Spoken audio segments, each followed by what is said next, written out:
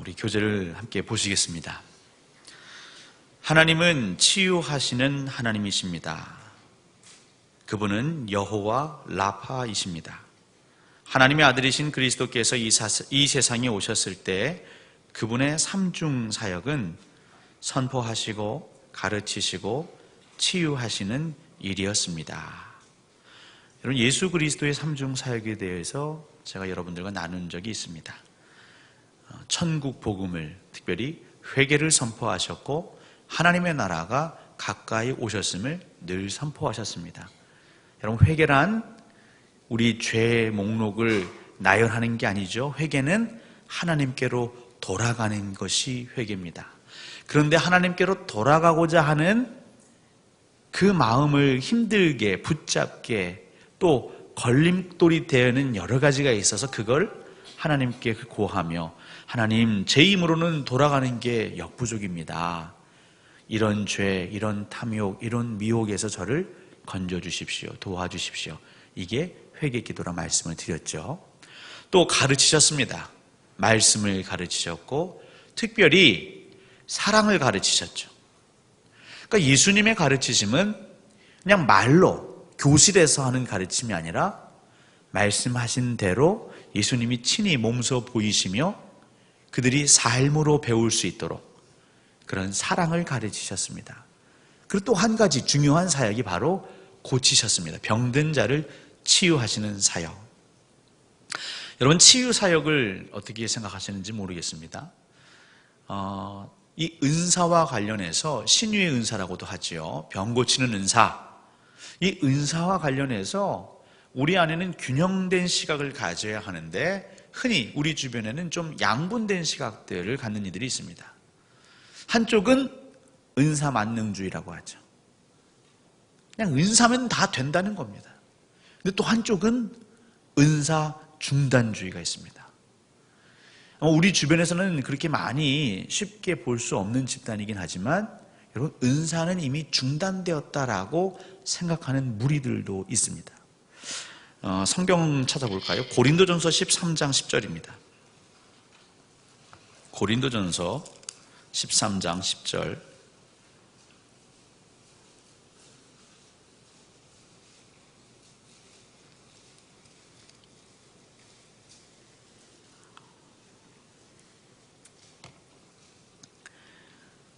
함께 읽습니다. 고린도전서 13장 10절입니다. 시작. 온전한 것이 올 때에는 부분적으로 하던 것이 패하리라. 자, 그리고 마태복음 12장 28절을 보시겠습니다. 마태복음 12장 28절.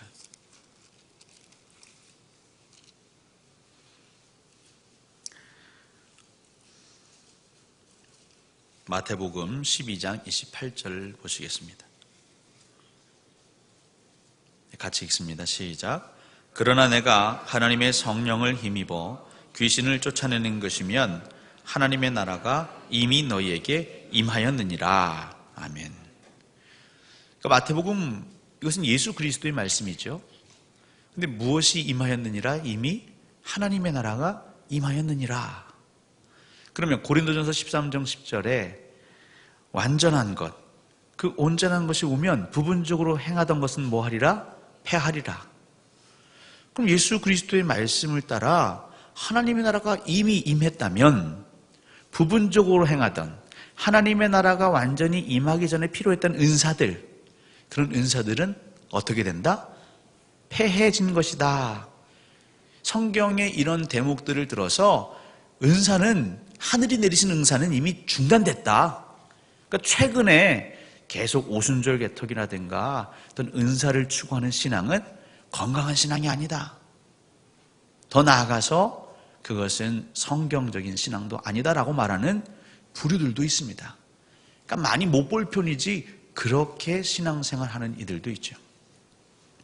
근데 이 사람들의 주장이 간혹 설득력을 얻는 것은 무엇 때문일까요? 은사를 덕 없이, 덕이 되지 않게 쓰는 이들, 은사 만능주의에 빠진 이들이 우리 주변에서 심심치 않게 볼 수 있기 때문이죠.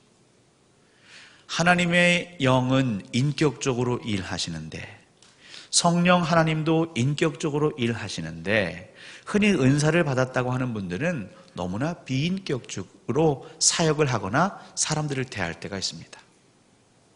저는 그래서 우리 성도님들이 이런 은사가 꼭 아니더라도 인격적인 삶을 훈련하셨으면 좋겠습니다. 제가 무슨 얘기할지 벌써 눈치 빠르신 분들은 감을 잡으셨겠지만 친근함에 있어서 말을 편하게 하는 것, 물론 그것도 의미가 있습니다. 하지만 여러분, 상대의 인격, 나이가 많고 적고 배움이 많고 적고를 떠나서 상대의 인격을 존중하는 표현이 매우 중요합니다. 아직까지도 우리 교회에서는 친근하다는 명분 안에 너무나 말을 막 하시는 분들이 계세요. 그러니까 지금까지는 좋았을지 모르겠습니다만 우리 광주 동산교회가 더 성숙하고 성장하는 데는 반드시 걸림돌이 됩니다. 여러분, 어색하셔도 서로 존대하십시오. 어렸을 때부터 이 교회에서 자란 아이들, 근데 결혼해서 집사가 됐다고 해서 이름 막 부르면서 아무개야 그러지 마십시오. 제가 어느 교회라고는 하지 않겠는데 이 광주 지역의 오래된 교회입니다. 근데 그 목사님이 이제 다 큰 성년이죠. 40이 훌쩍 넘었는데 어렸을 때부터 봤거든요. 그러니까 교회 오면 집사님 하는 게 아니라 이름을 부르고 장난치고 툭툭 건드리고 결국 그래서 교회를 떠났습니다. 사랑하는 성도 여러분, 우리는 내가 하는 건 다 괜찮다고, 내가 하는 건 상대방이 다 받아줄 거라고 생각하시죠? 오해십니다. 오늘 오전에 말씀드린 것처럼 그것도 인지오류 중에 하나입니다. 내가 얘기하는 건 다 괜찮을 거다? 근데 남이 나에게 반말하면 기분 좋으십니까? 제가 여러분들을 너무 친근히 생각하는 마음에 여러분한테 님자 안 붙이면 어떻게 될까요? 한번 상상해 보십시오. 제가 김 집사님 안 하고 김 집사 이렇게 표현하면 어떠시겠어요? 저 젊은 목사가 드디어 더위를 먹었나.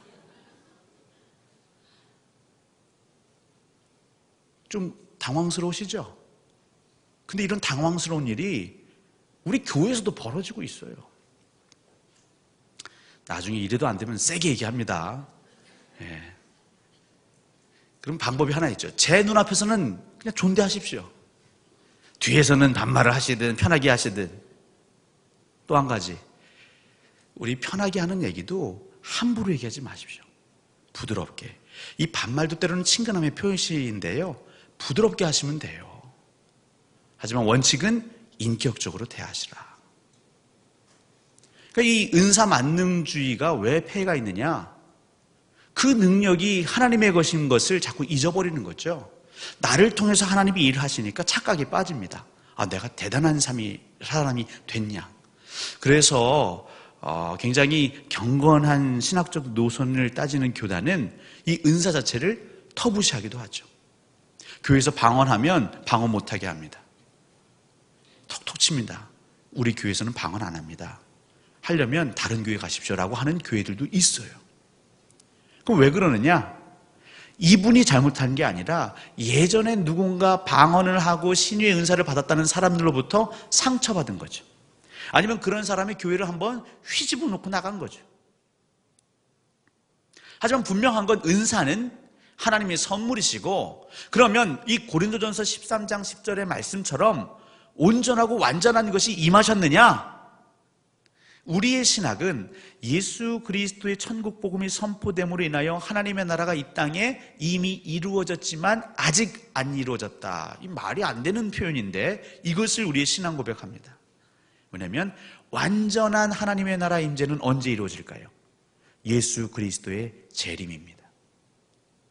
그러니까 그때까지는 성령 하나님의 그 일하심을 통하여 우리에게 선물로 무엇을 주시냐면 은사를 주십니다. 그리고 그 은사를 어떻게 사용해야 할까요? 온전히 인격적으로 말씀에 근거해서 사용해야겠지요. 특별히 이 병고침, 그래서 우리가 병고침을 위해서 기도하는 게 필요합니다. 그냥 개인적으로 중보 기도하는 걸 넘어서 두세 사람이 모여서 만약에 우리 교인들 중에 몸이 아프신 분이 있다면 본당에서도 두 사람이 모여서 여러분 손 얹고 기도하셔도 괜찮습니다. 안수기도는 목사만 할 수 있습니까? 그렇지 않습니다. 우리가 손을 얹고 사랑하는 마음에, 대신 성별이 다르면 조심해야죠. 남성이 남성이, 여성은 여성을, 남여성이 이게 혼재되어서 안수하는 건 좋지 않습니다. 그건 피하셔야 합니다. 하지만 병든 자가 있다면 우리는 함께 통성으로 기도할 수 있습니다. 그리고 그럴 때에 교회는 더 끈끈해지는 거죠. 그래서 예수 그리스도의 삼중 사역, 선포하시고 가르치시고 치유하시고, 여러분 여기서 우리 한번 복습해 볼까요? 교회에서 하는 5가지 사역은 무엇이라고 했습니까? 교회에서 하는 5가지 사역: 예배, 교육, 선교, 봉사, 그리고 교제. 교육은 양육이라는 말로 바꿔 쓸 수 있겠고요. 선교는 전도, 봉사는 섬김, 교제는 친교라고 얼마든지 우리는 바꿔 쓸 수 있겠습니다. 근데 이것을 탈탈 털면 다시 3가지로 요약이 되는 거예요. 선포하시고, 예배를 통해, 양육을 통해, 또 우리의 봉사를 통해 몸으로 선포하는 거죠. 무엇을요? 하나님의 나라를. 그리고 그것은 가르치는 게 됩니다. 배우는 게 됩니다. 그리고 이 과정을 통해 무슨 일이 벌어지냐면 상한 심령이 회복이 되고 치유되는 역사가 있는 것이죠. 어떤 분들은 신앙 안에서 교제를 함으로 그 상처받은 것이 회복되기도 합니다. 그래서 교제도 매우 중요합니다. 단 어떤 교제가 중요하냐? 그리스도 예수 안에서의 교제가 중요하고 성령 하나님 안에서의 교제가 중요하죠. 그러니까 교회 성도의 교제 방식은 물론 우리가 세상 밖에서 나누는 방식들도 얼마든지 쓸 수 있지만 거기서만 머무르면 안 되고요. 말씀에 기반하고 서로 기도해주는 그런 온전한 영적인 교제까지를 우리는 목적으로 하고 있습니다. 이 교회의 5대 사역, 예수 그리스도의 3대 사역. 근데 이것을 어쨌든 하나로 또 줄이면 예수 그리스도는 무엇을 위해서 그렇게 피땀을 흘리셨느냐? 바로 사랑하시는 사역. 근데 우리가 중보기도 첫 시간일까요? 둘째 시간일까요? 이웃을 사랑하는 가장 구체적이고도 가장 적극적인 행위는 무엇이다? 이 눈치 빠른 분들은 답을 아실 건데 중보기도다. 이 중보기도는 사랑이 없이는 되지 않습니다. 그래서 예수 그리스도의 사역은 사랑의 사역인데 잘 보십시오. 그 사랑의 사역을 감당하시기 위해 예수님은 어떻게 하셨죠? 늘 기도하셨잖아요. 새벽 미명이면 기도하시고 한적한 곳에 가서 홀로 기도하시고. 결국 교회가 우리가 정말 많은 사역을 다시 일으켜야 되는데 우선순위를 잡자면 첫째로 디모데에게 바울이 뭘 하라고요? 기도하라고 그랬잖아요. 모든 사람을 위해 기도해라. 높은 지위와 임금들을 위해 기도해라. 그러니까 기도하다 보면 하나님의 영이 우리의 심령을 촉촉해 적셔주십니다. 무슨 마음이 생길까요? 사랑하는 마음, 긍휼한 마음이 생깁니다. 내 마음이 누그러지면요, 여러분 마음이 누그러지면 뭐도 누그러지냐면 눈빛도 누그러집니다. 상대를 바라보는 눈빛이 날카로우면서 부드러워집니다. 또 무엇이 누그러질까요? 말투가 누그러집니다. 사랑의 마음이 딱 트면 아주 그냥 칼끝 같은 날카로운 말투가 부드럽게 사람의 마음을 이렇게 보듬어주는 말투로 바뀌는 것이죠. 중요한 건 그렇게 우리가 사랑의 사역, 기도의 사역을 하다 보면 무엇이 일어날까요? 회복이 일어납니다. 막 손을 얹고 방언을 해서 안진매가 일어나는 그러한 신유의 은사도 있지만 우울하고 괴롭고 염려가 많고 사랑을 받지 못해서 늘 마음이 푸석푸석한 사람들이 성도들 안에서 교제함으로 그 마음이 생기를 얻고 생기를 얻으니까 얼굴이 환해지고 얼굴이 환해지니까 식욕이 되살아나고 또 밥을 잘 먹다 보니까 몸도 건강해지고, 여러분 그것도 은사죠. 그러니까 우리가 신유의 은사를 사모하는 교회가 됩시다. 이게 무조건 다 통성기도 하고 주여 기도하고 막 기도할 때마다 침이 튀기고 방언이 나가고, 여러분 꼭 그런 교회만이 아니고요. 사랑이 넘치게 되면 이 교회에서 사람들이 회복을 경험하게 됩니다. 그분은 어제나 오늘이나 영원토록 동일하신 하나님이시기에 지금도 성도들을 고치시고 또한 성도들을 통하여 병든 자를 치유하십니다. 여기 보십시오. 성도들을 통하여 병든 자를 치유하십니다. 이 성도들은 또 무엇으로 바꿀 수 있냐면 교회를 통하여 병자들을 치유하시는 것이죠. 물론 주께서 이 땅에 오신 근본적인 목적은 인류를 죄에서 구속하시는 영적 치유를 위해서였습니다. 그러나 그분은 육체적으로 병든 자들이 그분께 나왔을 때 그들을 다 고치셨습니다. 그리고 마태는 그것이 예수 그리스도의 십자가의 구속사역의 한 결과적인 예언의 성취라고 선언하였습니다. 우리 마태복음 8장 찾아보겠습니다. 마태복음 8장 16절 17절입니다.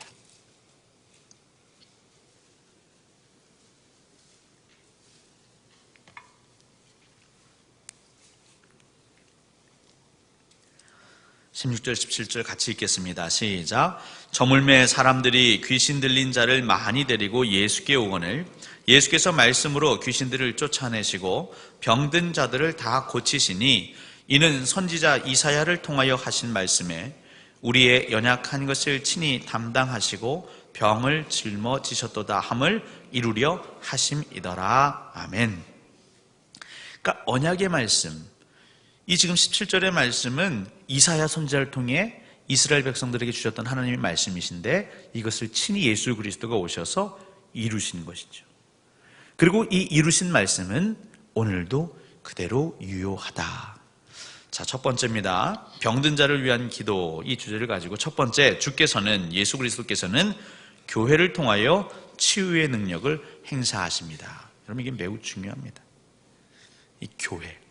주께서는 이 땅에 계실 때 그분의 손으로 병든 자를 만지고 고치셨습니다. 그분은 지금도 자신의 몸인 교회를 통하여 이 치유 사역을 행하기를 원하십니다. 오늘의 교회는 복음 전도의 명령에 순종히 하는 것처럼 이 치유 사역의 명령에도 순종하여 병든 자를 고치시는 그리스도의 손이 되어야 합니다. 일반적으로 교회는 영적 지도자들, 또 병고침의 은사를 가진 이들, 병든 자를 위한 성도들의 믿음의 기도를 통하여 이 사역을 감당할 수 있습니다.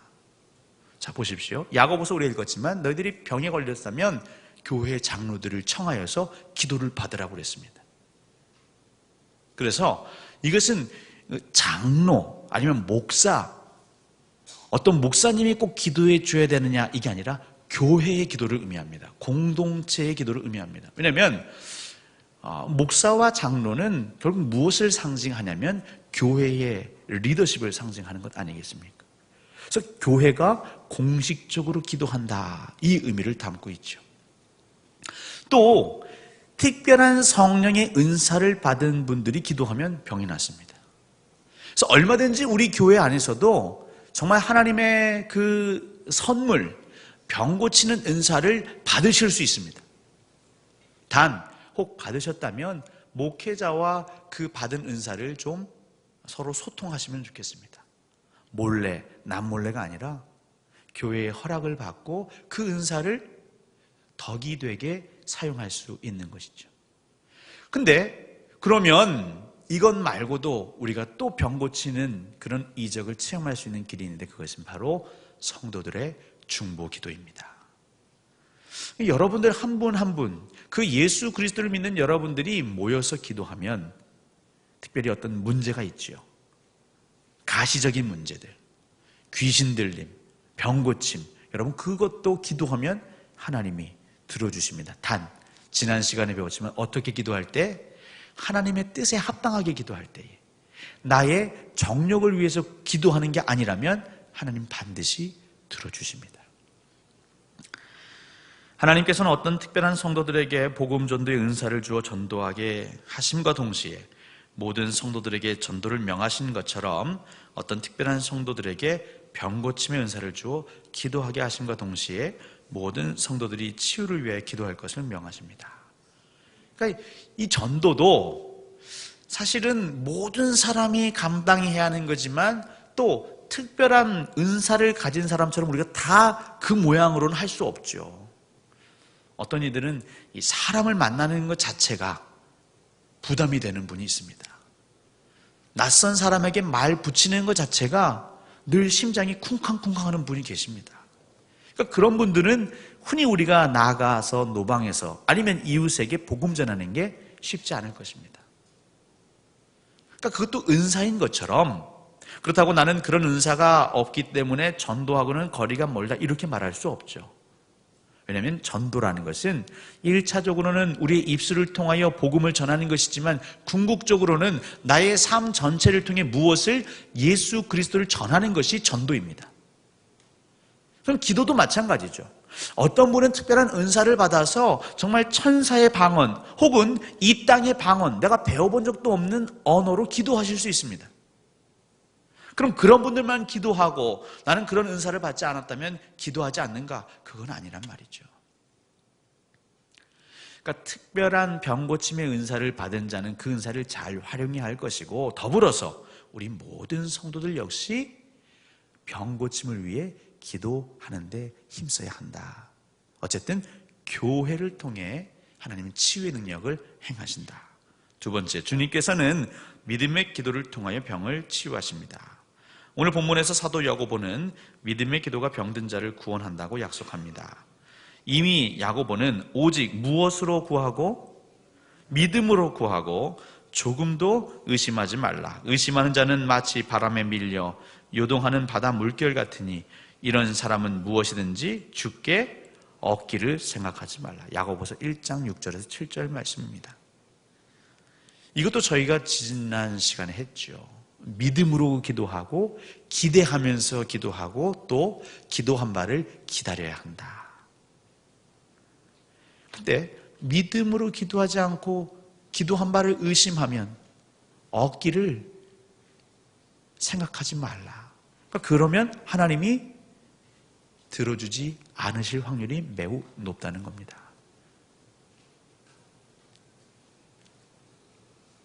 마태복음 9장 20절에서 22절 말씀에 따르면 12해를 혈루증으로 고생하던 여인이 믿음으로 예수님의 겉옷을 만졌을 때 예수님께서는 무엇이? 그녀의 믿음이 그녀를 구원하였다고 선언하셨습니다.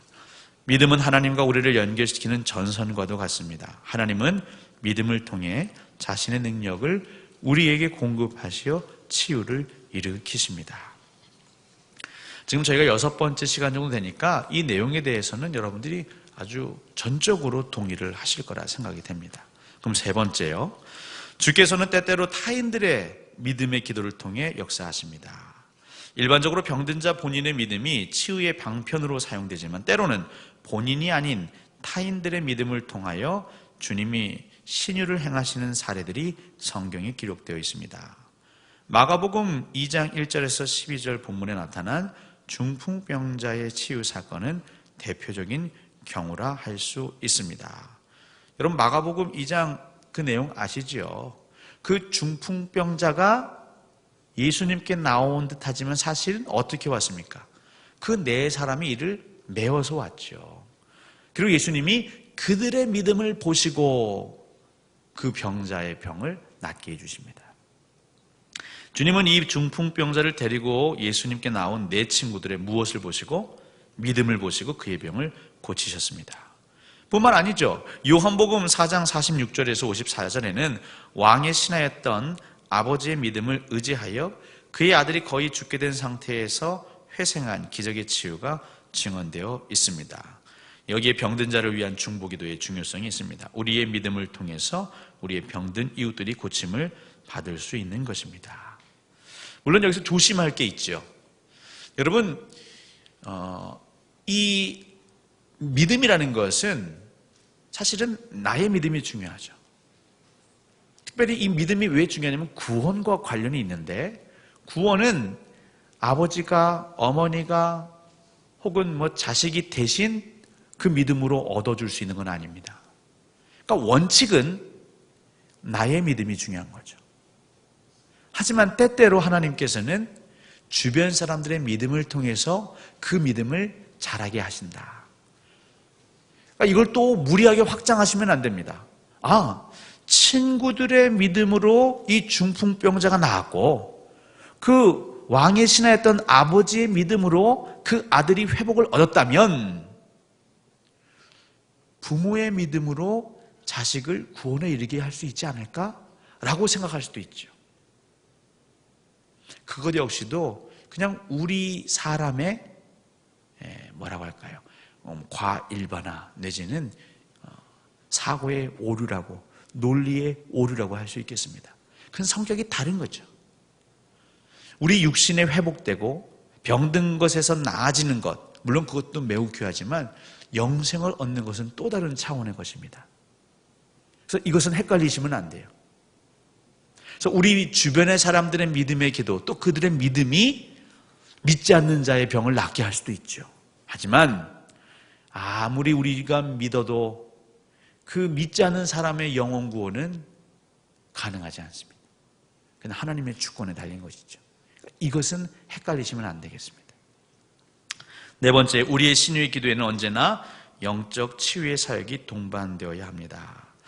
야고보서 본문은 병든 자를 위하여 기도할 때 죄 문제에서의 자유를 위해 기도하라고 교훈하고 있습니다. 이 16절이죠. 우리 야고보서 한번 다시 볼까요?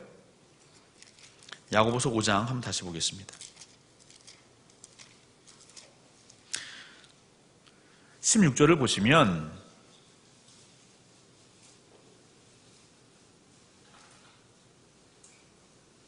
그러므로 너희 죄를 서로 고백하며 병이 낫기를 위하여 서로 기도하라. 그러니까 병이 낫기를 위해 기도하는데 그 앞서 무엇을 얘기하고 있냐면 죄를 서로 고백하라. 여러분, 이것도 우리가 잘 이해해야겠죠? 아, 내 죄를 고백하면 그것으로 무엇이 일어나는구나. 그건 아닙니다. 이 죄를 고백한다는 건 무슨 의미가 있냐면 하나님께로 나아가고 하나님과 연합하는 데 있어서 걸림돌이 되는 것. 그러니까 이 죄가, 내가 범한 죄가 걸림돌이 되어서 난 이것 때문에 너무 힘들어요. 서로 고백하면 아, 그게 힘들군요.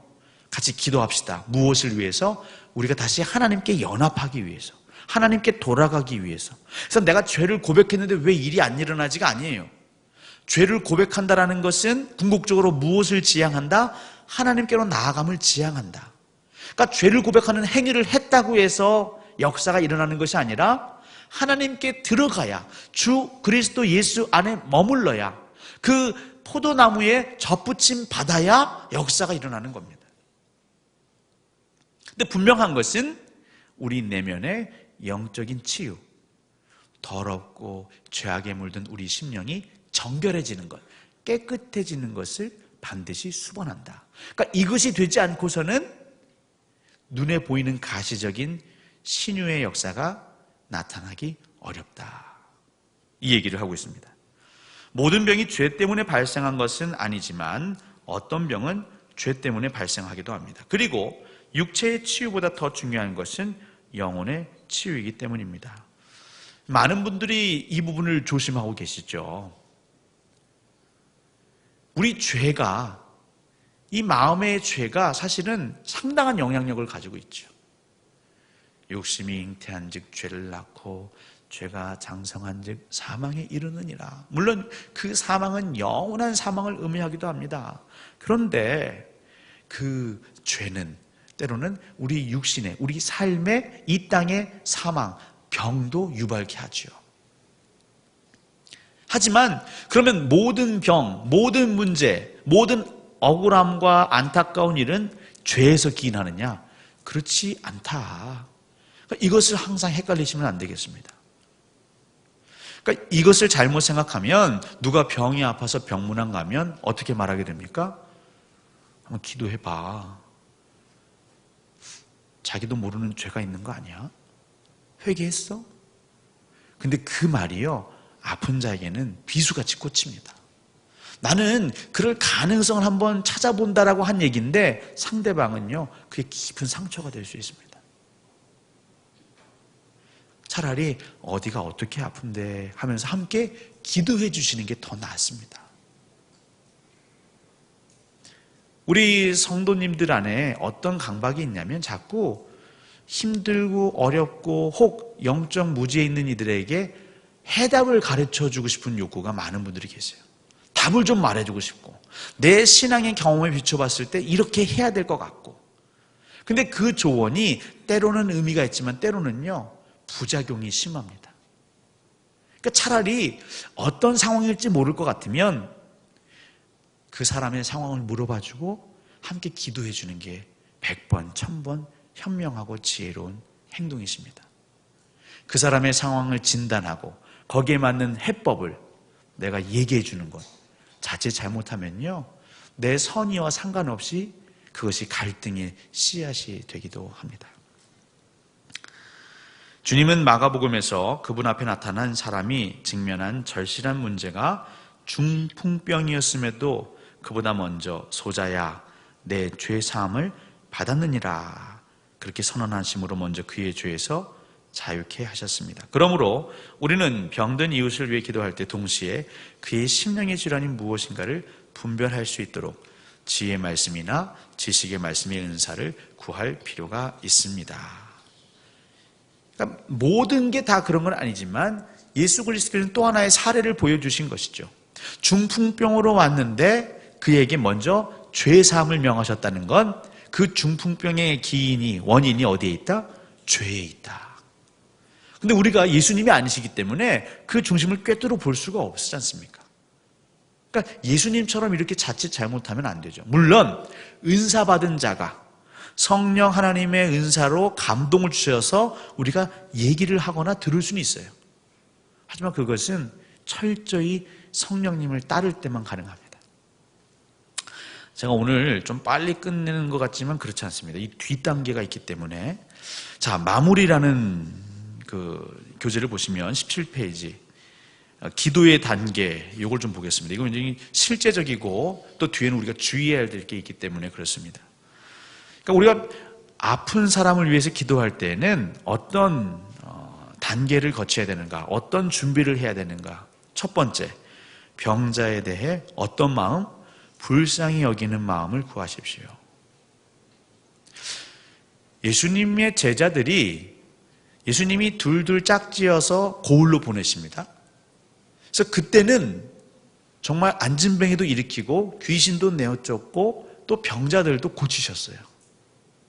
근데 한 번은 예수님이 잠시 자리를 떠난 사이에 제자들에게 그 귀신 들린 아들을 데려왔는데 이 제자들이 고치지 못했어요. 그 원인이 어디에 있었을까요? 여러분, 중요한 건 사랑입니다. 사랑. 하나님의 사랑, 하나님의 긍휼에서부터 우리가 통로가 될 수 있는 것이죠. 집집마다 정수기들이 있으시죠? 그 정수기를 통해서 수돗물이 여과가 돼서 우리가 마실 수 있는 깨끗한 물로 나옵니다. 근데 그 정수기 관리를 하지 않으면 사실 정수기를 안 쓰는 만 못해요. 세균의 온상이 될 수 있죠. 그래서 주기적으로 그 정수기를 청소해 줍니다. 저와 여러분들은 하나님께서 이 땅에 보내주신 복의 통로 아니겠습니까? 그러면 이 복의 통로를 통해서 하나님의 사랑이, 은혜가, 선물이 흘러가야 되는데 문제는 이 통로가, 이 관이 더러우면 안 되겠습니다. 그러니까 이 통로를 깨끗이 하는 것, 예수 그리스도의 보배로운 피, 보혈.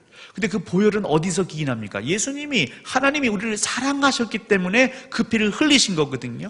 그래서 그 피의 은혜를 받은 사람은 무엇을 느끼게 되냐면 하나님의 사랑에 젖어들게 되고요. 결국 하나님의 사랑이 우리를 가득 채우면, 하나님의 마음이 우리를 가득 채우면 자연스럽게 그 아파하는 이를 안타까워하게 되죠. 왜냐하면 하나님은요, 지금 이 땅을 보시면서 너무 안타까우신 겁니다. 왜? 다 하나님의 자식이거든요.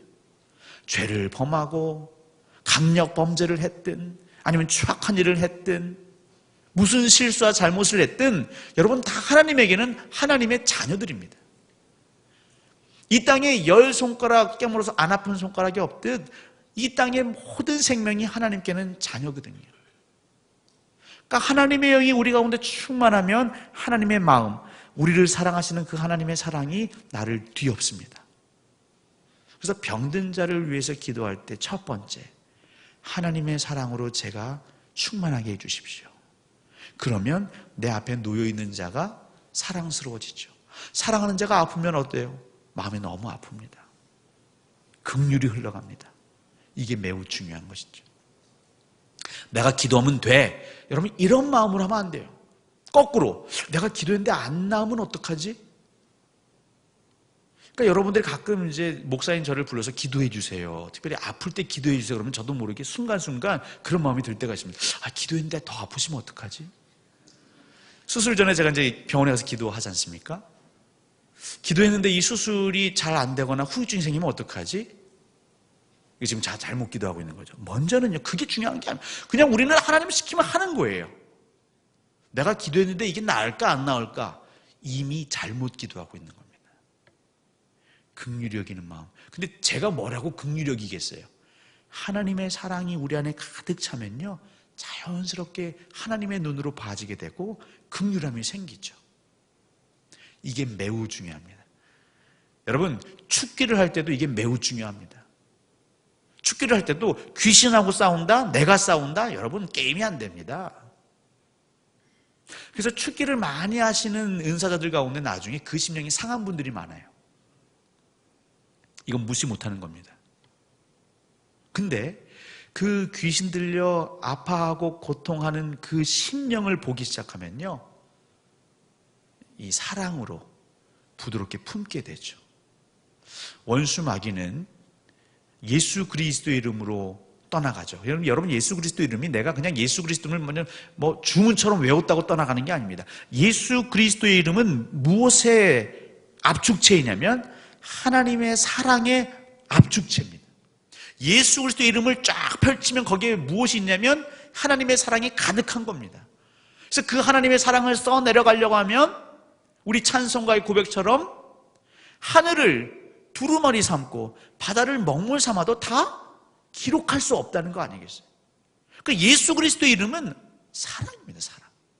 폭포수와 같은 사랑. 그래서 귀신 들린 자를 위해 기도할 때도 어떤 마음으로? 하나님의 사랑으로 제가 충만해서 이 고통하는 이 심령을 위해 제가 기도하게 하옵소서. 여러분, 이게 매우 중요합니다. 이거는 정말 별 5개를 쳐도 아깝지가 않습니다. 더불어서 치유에 관계된 은사를 구하는 것, 이것도 매우 중요하죠. 하나님, 제 주변에 병든 자들이 너무 많은데 너무 안타까워요. 물론 기도할 수 있지만 하나님 은사 주십시오. 여러분, 구하십시오. 그럼 믿지는 장사가 아니잖아요. 구했는데 안 주시면 그냥 하나님이 안 주신 거예요. 그러니까 여러분, 먼저 구하십시오. 나의 영광이 아니라 하나님의 영광을 위해. 하나님의 마음으로 봤을 때 고통하는 자들이 너무 많으면 그들을 위해서 내가 무엇을 할꼬? 하나님, 제게 신유의 은사를 주십시오. 여러분, 이렇게 구하는 것도 굉장히 지혜로운 것입니다. 더불어서 무작정 기도하는 게 아니라 대화한다. 예수님도 그 귀신 들린 자하고 대화를 잠깐 하시죠. 그러니까 귀신 들리면 내 자아와 또 악한 영이 번갈아 가면서 막 헷갈려 합니다. 하지만 대화를 하다 보면, 근데 여기서 대화하는 주체는 누굽니까? 기도하는 사람이죠. 기도한다. 그러면 원리적으로는 기도하면 내가 나아가는 게 아니라 하나님의 영이 나를 주장하시는 게 됩니다. 다시 말해서 그렇게 대화를 하다 보면 성령님을 통하여 그 사안이 혹은 그 상태가 분별이 되죠. 진단이 되죠. 그래서 찬송을 많이 불러야 할지, 아니면 하나님 말씀을 읽어야 할지, 아니면 성도들이 모여서 함께 통성으로 귀신을 내쫓아야 할지, 아니면 함께 애통하며 울며 보듬고 울어야 할지 성령님이 감동을 주십니다. 그러니까 나의 패턴, 매뉴얼로 기도하는 게 아닙니다. 철저히 하나님의 인도하심을 따라 기도하는 거죠. 그리고 치유의 방법을 결정하십시오. 그러니까 대화를 통해서 진단이 되면 제가 말한 대로 이런 표현, 방법을 결정할 수 있다는 겁니다. 그리고 나서 믿음으로 기도하는 거죠. 3번째 장입니다. 자, 이제 제일 중요한 건, 그러면 이렇게 다 했는데, 그래서 기도했는데 안수도 하고 축기도 하고 혹은 정말 성수를, 우리 교회는 성수를 뿌리진 않습니다만 뭐 거룩한 관유를 부을 수도 있겠고요. 다른 교회 전통에서는 그렇게 하니까요. 근데 중요한 건 그렇게 기도한 후에 이게 즉시로 나을 수도 있고 아니면 그 자리에서 안 나올 수도 있죠. 바로 이때 여러분 상심하지 마십시오. 우리는 거기까지입니다. 그러니까 이걸 항상 기억하시면 좋겠어요. 하나님은 우리를 기도하게 하신 데까지입니다. 그리고 그 결과는 하나님께 속한 것이죠. 만약에 내가 기도했는데 그때그때마다 병이 났고 귀신이 나간다. 아무리 내 마음을 지키려고 해도 무엇이 자리하게 될까요? 나도 상대도 하나님이 아닌 그 사람이 주목받게 되겠죠. 그 하나님 제일 싫어하시는 겁니다. 영광을 가로채가는 것, 그것은 가장 큰 죄 중에 하나인 것이죠. 자, 주의해야 할 일, 이건 매우 중요합니다. 우리 첫 번째 같이 읽어볼까요? 시작. 모든 질병을 사단의 역사나 죄 때문이라고 간주하지 마십시오. 그러니까 어떤 분은 이거 먼저 생각하는 분이 있다는 거예요. 이러다 보면 큰일 납니다. 정말로. 혹 그럴 수 있는 가능성은 있지만 그건 조심스럽게 대화하면서 기도하면서 파악해야지 여기에 사로잡혀 있으면 대번 회개해. 근데 심심치 않게 한국 교회에 그런 신앙의 권면을 하는 이들이 많이 있습니다. 그리고 이런 간증 집회나 여러 가지 집회들을 통해서 아니면 기도원에 가서 보고 듣고 배운 게 있어서 흉내내는 거죠. 마치 예수님의 제자들이 예수님을 흉내낸 것처럼 나사렛 예수를 명하노니 귀신은 물러가라! 근데 안 물러가는 거예요. 웬 망신. 이런 망신도 없죠. 이거 굉장히 주의하셔야 됩니다. 두 번째는요. 두 번째 같이 읽어볼게요. 시작. 의학적 수단을 정죄하거나 금하지 마십시오. 제가 예전에 말씀드렸죠. 목사는 보험, 생명보험 가입해야 됩니까? 안 해야 됩니까? 실비보험 가입해야 될까요? 안 해야 될까요? 당연한 걸, 그쵸? 예. 아프면 병원 가야 됩니까? 안 가야 됩니까? 근데 어떤 분들은요, 무슨 병원을 가? 기도하면 되지. 그것도 맞는 얘기예요. 그것도 맞는 얘기죠. 하지만 이 우주 만물을 하나님이 다스리시고 우리가 누리고 있는 모든 것 안에 하나님의 섭리가 녹아져 있다는 신앙 고백이 있다면 그것이 불교 병원이든 기독교 재단 병원이든 그 병원의 의술을 통해서 하나님 또 우리에게 치료의 길을 여실 수 있지요. 근데 너무 이렇게 규범적으로 얘기하시는 분이 있어요. 목사님, 제가 고혈압이었는데요. 그 어떤 집회 갔다 온 다음에 제 마음에 감동이 들었어요. 그래서 제가 혈압약 안 먹기로 결단하고 다 갖다 쓰레기통에 버렸습니다. 진짜 그렇게 해서 혈압에서 자유한 분들이 있잖아요. 그런 간증하시는 분들이 꼭 있거든요. 근데 제가 아는 이전에 있던 교회 권사님이 혈압약을 안 드시고 그렇게 등산하시다가 지금도 요양병원에 누워 계세요. 그러니까 그 억울함이 장난 아니세요. 분명 하나님의 감동 주신 것 같은데, 난 믿음의 결단을 한 것 같은데 건강하게 산 게 아니라 쓰러져 버린 거예요. 혈압약을 먹어야 할 사람이 안 먹어가지고 쓰러져 버린 거예요. 그러니까 여러분, 이 영의 세계는 너무 무서운 거예요. 여러분이 정말 충분히 기도하지 않았다면 어설프게 신령한 흉내 내지 마십시오. 사람 잡습니다. 정말 하나님께서 아주 강력한 확신을 주셔서 강권하셔서 병원 가는 발목을 붙잡으신다든가 약을 끊게 하시는 것, 물론 간증할 수 있어요. 하나님 그렇게도 일하십니다. 하지만 얼핏 보고 듣고 흉내내는 것처럼 무서운 게 없어요. 우리 주변에 허락하신 도구라 생각하시고 그 도구도 은혜 안에서 사용할 수 있어야죠. 어떻게 교회 다니는 사람이 병원에 먼저 갈 수 있어? 물론 이것은 좀 생각해 볼 필요가 있습니다. 하지만 아주 응급 상황이라면 응급실 가면서 기도할 수는 있죠. 하지만 잠시만요. 우리 먼저 기도합시다. 1분 1초가 급한데. 글쎄 이것도 한번 생각해 볼 필요는 있는 것 같습니다. 자꾸 신앙과 또 하나님 우리에게 주신 문명을 구분하려고 조합해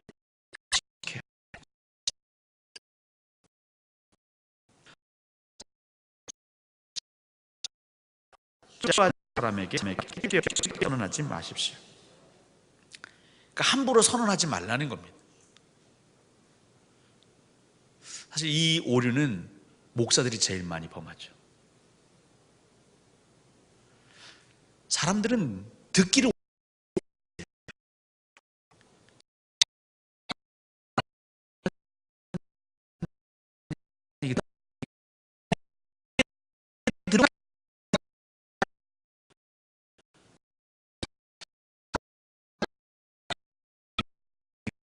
들고 내 마음과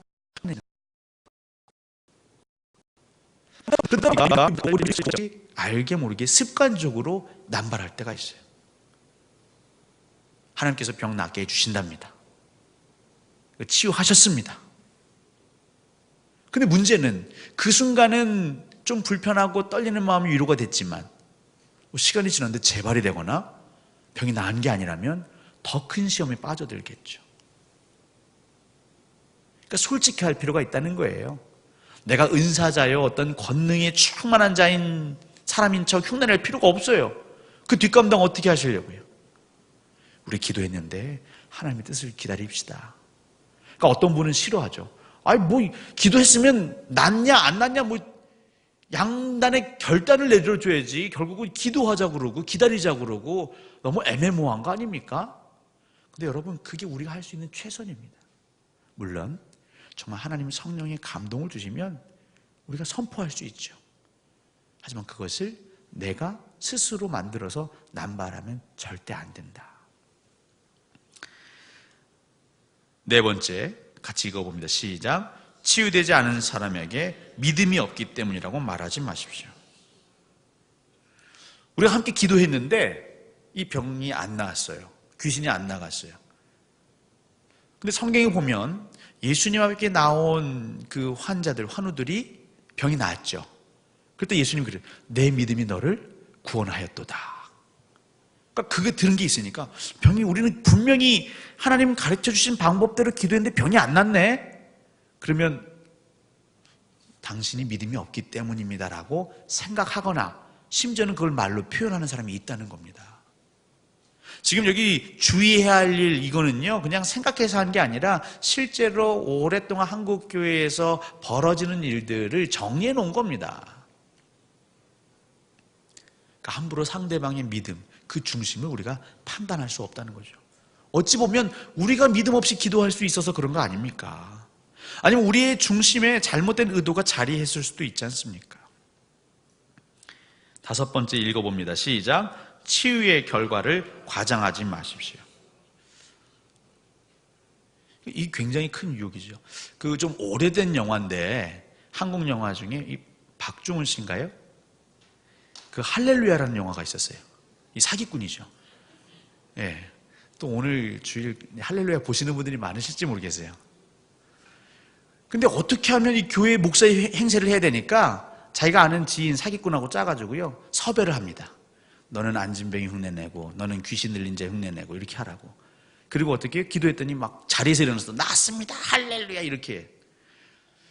근데 여러분 그 영화 감독이 그걸 어떻게 생각해냈을까요? 한국 교회에 사실 그런 예들이 있지요. 있어요. 그래서 사람들의 눈을 현혹하는 거예요. 여러분 이 치유의 결과를 왜 과장합니까? 왜 자꾸 드러냅니까? 그냥 나으면 됐지 왜 그걸 막 사람들이 퍼뜨립니까? 동기를 봐야 돼요. 결국 이 동기가 선하지 않고요 이 동기가 하나님의 영광과 닿아 있지 않아요. 욕심에 닿아 있죠. 이런 치유하는 공동체는 병들게 돼 있고요 겉으로는 잠시 치유되는 타나 결국 그 영혼들을 어둠으로 수렁으로 빠뜨리게 됩니다. 마지막 같이 읽어봅니다. 시작. 치유의 결과를 인하여 사람에게 영광을 돌리지 마십시오. 매우 중요합니다. 이것도 밑줄 한 3번은 치셔야 합니다.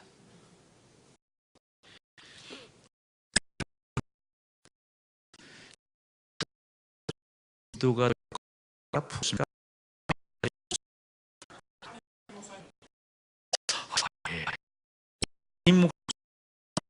은혜가 너무 해도 은혜.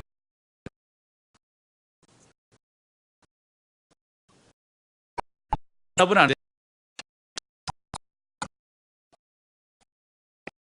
이게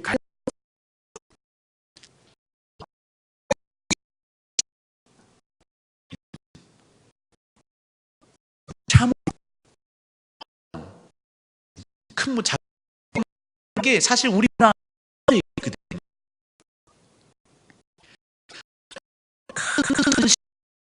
기도의 뒤에는 사람들이 그 사람한테 주니까요. 어떤 교회는요, 목사면 싸우거나 교회 아니라 암흑의 권사님 집에서 주는 사람들이 있어요. 그리고 암묵적으로 아파? 가자. 사랑하는 성도 여러분, 우상숭배 다른 게 아닙니다. 이 우상숭배로 빠지는 건 마치 이단에 빠지는 것처럼 찰나입니다. 찰나, 아주 순간입니다. 그래서 항상 두렵고 떨림으로 여러분 깨어 계셔야 돼요. 여러분 신유 필요합니다. 은사 필요합니다. 하지만 말씀 위에 굳건히 서지 못하면 이게 오히려 내 신앙을 무너뜨리게 됩니다. 그래서 자신이 없으시면요, 천천히 가시는 게 좋아요. 막 아무나 따라다니시면 큰일 나요. 우리 기도 원장님한테 기도받으러 갈까? 여러분 한두 번 정도 하지만 거기에 맞들리시면 건강한 신앙생활 할 수 없습니다. 하나님을 인격적으로 만날 수 없습니다. 그리고 그것이 내 신앙뿐만 아니라 내 가족의, 내 공동체의 신앙을 무너뜨리게 됩니다. 여러분 오늘 병든 자를 위한 기도 우리가 함께 할 수 있습니다. 하지만 우리가 주의해야 할 것들을 반드시 명심하시면서 하나님이 감동하셔 여러분을 쓰시겠다면 여러분 저를 쓰십시오 라고 기도하는 우리 교회가 되기를 간절히 소원하고 축원합니다. 우리 잠시 기도